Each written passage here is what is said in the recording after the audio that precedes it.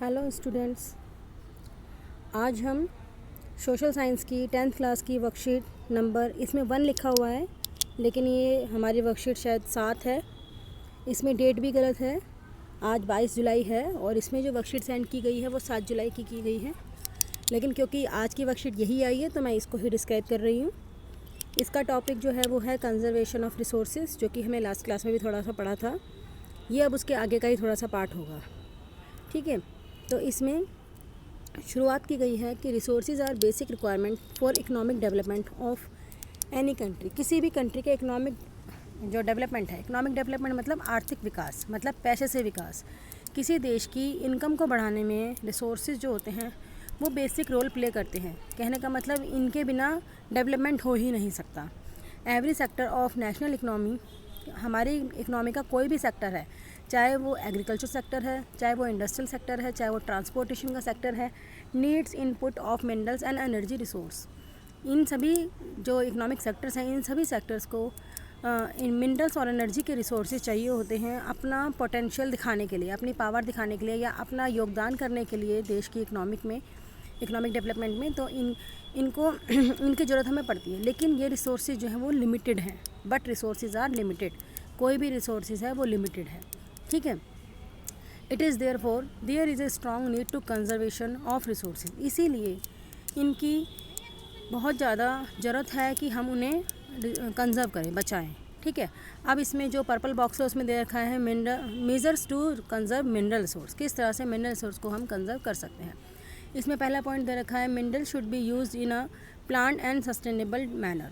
जैसे कि पहले भी बताया था, किसी भी चीज़ को कंजर्व करने का मतलब यह नहीं है कि हम उसे इस्तेमाल ना करें। हमारा मतलब ये होता है कि हम उसे प्लान वे में इस्तेमाल करें। कहने का मतलब हमारा काम भी हो जाए और वो वेस्ट भी ना हो। सेकंड पॉइंट है adoption of new technology for using low grade ores at low cost. यानी कि अडॉप्शन ऑफ न्यू टेक्नोलॉजी, कई सारी टेक्नोलॉजी ऐसी आ रखी हैं, अब मशीनें या टेक्नोलॉजी ऐसी हैं जिनसे कि हम कम कॉस्ट का जो मिनरल्स होता है उसको हम ज़्यादा काम के लिए इस्तेमाल कर सकते हैं। और यानी कि उसकी क्वालिटी वैसे कम होती है, लेकिन टेक्नोलॉजी की मदद से उसकी क्वालिटी से वो काम लिया जा सकता है जो कि महंगे आयरन ओर से या किसी भी ओर से। ओर्स का मतलब होता है खनिजों का जो रॉ रूप होता है, कच्चा रूप जो होता है उसके ओर्स कहते हैं। तो ओर्स जो टेक्नोलॉजी की वजह से हम लो कॉस्ट के ओर से भी अच्छा काम ले सकते हैं।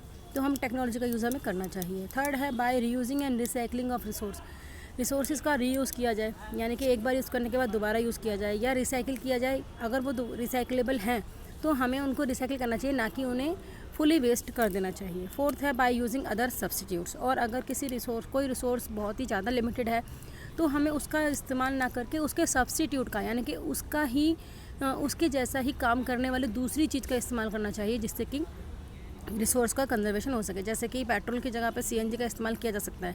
सीएनजी फिर भी पर्याप्त मात्रा में है और दूसरा पर्यावरण को भी दूषित नहीं करती, तो ये सीएनजी जो है वो सब्स्टिट्यूट हो गया पेट्रोल का, ठीक है। अब आते हैं हम अपने ग्रीन बॉक्स में ऊपर वाले बॉक्स में बताया गया था मिनरल्स को कैसे कंजर्व किया जाए। अगले बॉक्स में बताया जा रहा है कि एनर्जी रिसोर्सेज को कैसे कंजर्व किया जाए। एनर्जी रिसोर्स वही हो गया कोल, पेट्रोल, ठीक है, ये आ गए हमारे। By using more and more renewable resources of energy like solar energy, wind energy etcetera. अब पेट्रोल या जो डीजल है ये तो ख़त्म हो जाते हैं, ये तो लिमिटेड है, लेकिन जो सोलर एनर्जी है या विंड एनर्जी है दिस इज़ अनलिमिटेड, ये लिमिटेड नहीं है। तो यहाँ ये कहा गया है कि हमें ऐसे रिसोर्सेज का इस्तेमाल किया जाना चाहिए जो कि रिन्यूएबल हैं, ठीक है। नेक्स्ट पॉइंट है by using public transport systems instead of individual vehicles. अगर हमें एक ही डायरेक्शन में जाना है या थोड़ी दूरी पर ही जाना है तो गाड़ी से ना जाकर या तो टू व्हीलर से चले जाएं या फिर पब्लिक ट्रांसपोर्ट यानी कि बस वगैरह से चले जाएं, क्योंकि पेट्रोल हमारी गाड़ी से भी लगेगा और उससे भी लग रहा है, तो हम पेट्रोल के या फिर इस तरह से हम रिसोर्स को बचा सकते हैं।